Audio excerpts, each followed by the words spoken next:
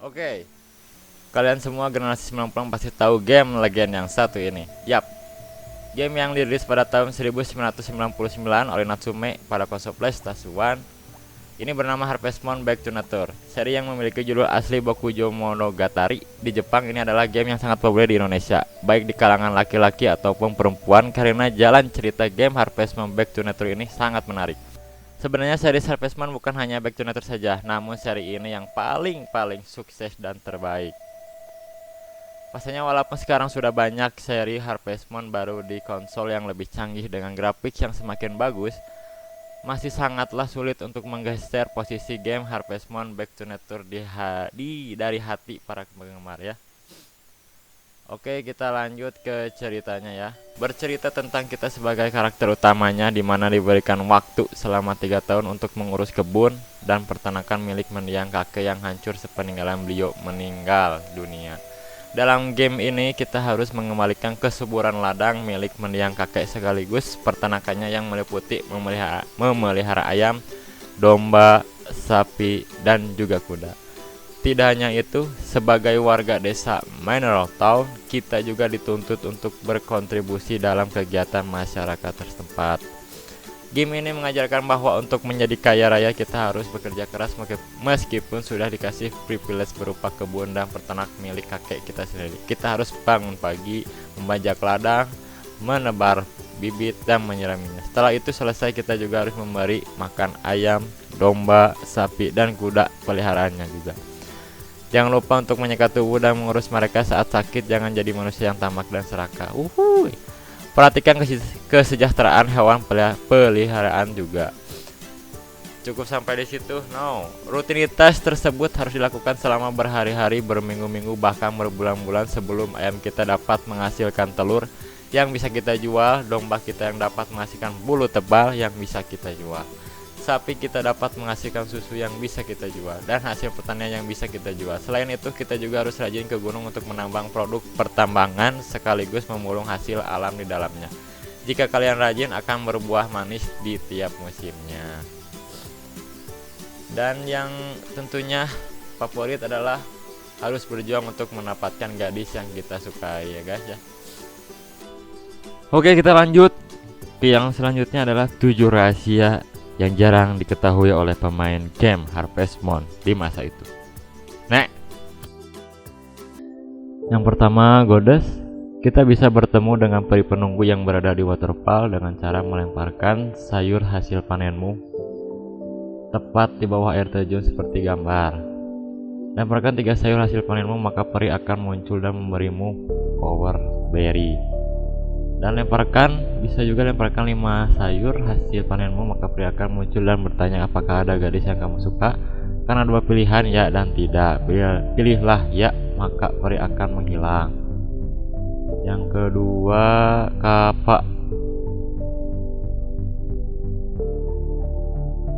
Lemparkan 10 sayur hasil panenmu, maka peri akan muncul dan memberikanmu kayu rahasia yang nantinya kamu akan otomatis menjual kayu tersebut kepada God seharga 1000 G. Kapal adalah makhluk air legendaris yang bisa kamu temui di base of Mother Hill. Lemparkan mentimun ke dalam danau seperti gambar untuk bertemu dengannya.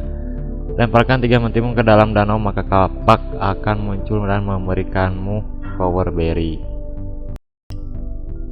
Yang ketiga, tambang musim salju. Kamu bisa memasuki tambang yang berada di tengah-tengah danau base of Mother Hill saat musim salju. Saat dimana danau membeku, kamu bisa mendapatkan power berry di samping tambang musim beberapa kali.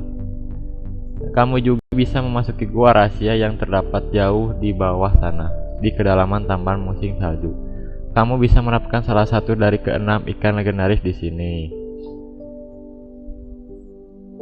Yang keempat, parfum Kai. Pada musim summer, sehari setelah badai terjadi, pergilah ke pantai untuk bertemu dengan Kai. Di tepi pantai, kamu akan menemukan sebuah botol. Setelah itu, Kai akan datang dan bertanya, apa kau berencana akan tetap tinggal di desa selamanya? Akan ada 2 pilihan, yaitu tetap tinggal dan akan pergi. Pilihlah tetap tinggal, maka Kai akan mengambil botol tersebut dan menukarnya dengan parfum. Untuk bisa mendapatkan parfum dari Kai, kamu harus berteman terlebih dahulu dengannya. Ajak dia bicara setiap kali dia datang ke desa saat summer, dan berikan dia beberapa kali hadiah yang dia sukai.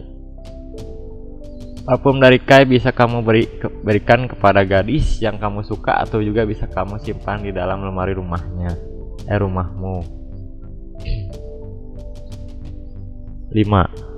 Anjing liar. Biarkan hewan ternakmu berada di luar di area perkebunan, maka nanti saat melewati pukul 6 menyerang hewan ternakmu tersebut. Anjing kalian jika masih kecil menunggu untuk melihat anjing liar lain ini datang, tapi cobalah untuk memancing keluar dengan cara keluar masuk pintu rumah atau kandang ternakmu, atau juga bisa keluar masuk perbatasan. Jika anjing liar muncul, kamu harus menyerang menggunakan alat untuk mengusirnya atau dengan bantuan anjingmu jika sudah besar. Jika dibiarkan berkeliaran di kebun, maka hewan ternak yang berada di luar akan berkurang hatinya, bahkan mati. Yang keenam, lebah spesies langka dan madu 60 gra. Berikan madu kepada Louis, maka keesokan harinya dia akan datang ke kebunmu dan mengatakan kalau lebah yang ada di pohon apel milikmu adalah spesies langka. Louis juga akan memberitahukan kepada Jack mengenai ini dan menaikkan harga jual madumu yang dari sebelumnya 5 menjadi 60. Yang ketujuh, pesta minum teh dan relaxation tea leaves. Kamu bisa mengikuti pesta minum teh bersama para kurcaci di rumahnya dengan cara memberikan hadiah kesukaan mereka. Kamu bisa memberi mereka hadiah berupa tepung, karena kurcaci sangat menyukai tepung dan tepung mudah untuk didapat. Kamu bisa membelinya di supermarket pada saat spring saat mereka mengadakan pesta minum teh. Bicaralah dengan salah satu mereka, maka nanti dia yang kamu ajak bicara akan mengatakan kami sedang pesta minum teh. Bodum. Kalau mau ikut harus membawa suatu bodum. Pada saat itu berikanlah mereka hadiah kesukaan secara merata dan kamu akan diundang ke dalam pesta minum teh tersebut. Setelah pesta berakhir, kamu akan diberikan tea leaf tea leaf ini sendiri merupakan salah satu bahan yang bisa kamu pakai untuk membuat resep masakan berupa relaxation tea. Oke, bahasa Inggrisnya jelek. Oke, kita lanjut ke keseruan lainnya yang di game Harvest Moon ini, yaitu dengan mengikuti festival.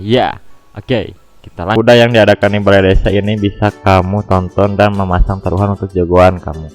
Menariknya, selain jadi penonton, kamu juga bisa mengikuti festival tersebut dengan syarat kuda kamu harus tumbuh dewasa terlebih dahulu. Sebelum memasang taruhan, kamu harus membeli tiket terlebih dahulu, dan jika menang, maka kamu akan mendapatkan medali yang nantinya bisa ditukarkan dengan berbagai hadiah menarik. Ayo kumpulkan medali sebanyak-banyaknya untuk menukarkan dengan hadiah utama, yakni Power Berry. Oke, kita lanjut ke festival memasak. Di sini kamu bisa mengikuti acara lomba memasak pada tanggal 22 Spring yang diadakan di balai desa. Buatlah hidangan yang lebih enak dan menarik dari peserta lainnya. Kamu bisa membuat hidangan dengan menggunakan resep masakan Harvest Moon.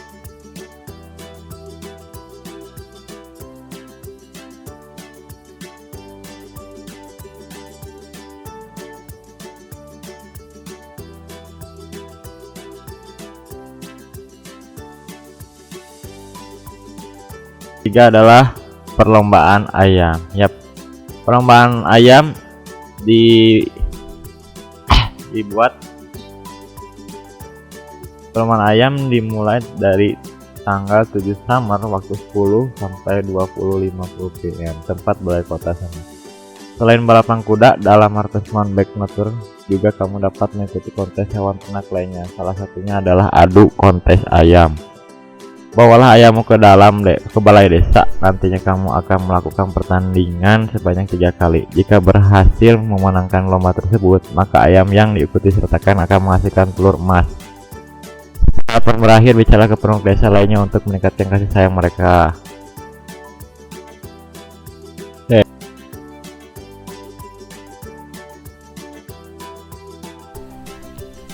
Oke, itulah beberapa festival yang dilihatkan, dan ada juga beberapa festival, masih banyak banget festival tentunya. Dari antaranya ada juga festival untuk berenang, ada juga yang balap anjing, kemudian kambing, dan juga masih banyak lah pokoknya festival-festival dari game yang satu ini. Oke, lanjut kita ke pernikahan tentunya ya. Game-game yang paling ditunggu-tunggu adalah buat menikah ya guys, karena dengan menikah hubungan kerjaan semakin lancar dan kita juga mempunyai anak ya dari pernikahan tersebut. Oke, kita lanjut ke pernikahan. Yang pertama adalah pastikan gadis yang ingin dinikahi sudah mempunyai tingkat kasih sayang yang maksimal, yang bertanda berhati merah besar ya. Kemudian mempunyai blue feather bulu biru. Kamu bisa membelinya di supermarket seharga 1000 G atau di pedagang won dengan harga 30 G. Blue feather hanya akan tersedia jika minimal satu hati gadis di desa sudah merah. 3. Kamu sudah mengupgrade rumah pada tahap akhir sampai mempunyai 2 ranjang tidur ya. Itulah beberapa persyaratan yang harus kamu penuhi untuk bisa menikah. Jika persyaratan sudah terpenuhi, maka kamu dapat melamar gadis yang kamu incar. Cara melamarnya cukup mudah. Yang perlu kamu lakukan hanyalah menunjukkan blue feather kepada gadis yang kamu suka. Maka 1 minggu kemudian kamu akan menikah di gereja. Kamu bisa melihat tanggal pernikahan di kalender. Tanggal yang ditandai gambar hati itulah tanggal pernikahanmu. Setelah kamu menikah selama 32 hari, istrimu akan hamil dan 58 hari kemudian dia akan melahirkan anak laki-laki. Dengan kata lain, kamu membutuhkan waktu 3 musim setelah menikah untuk memiliki anak.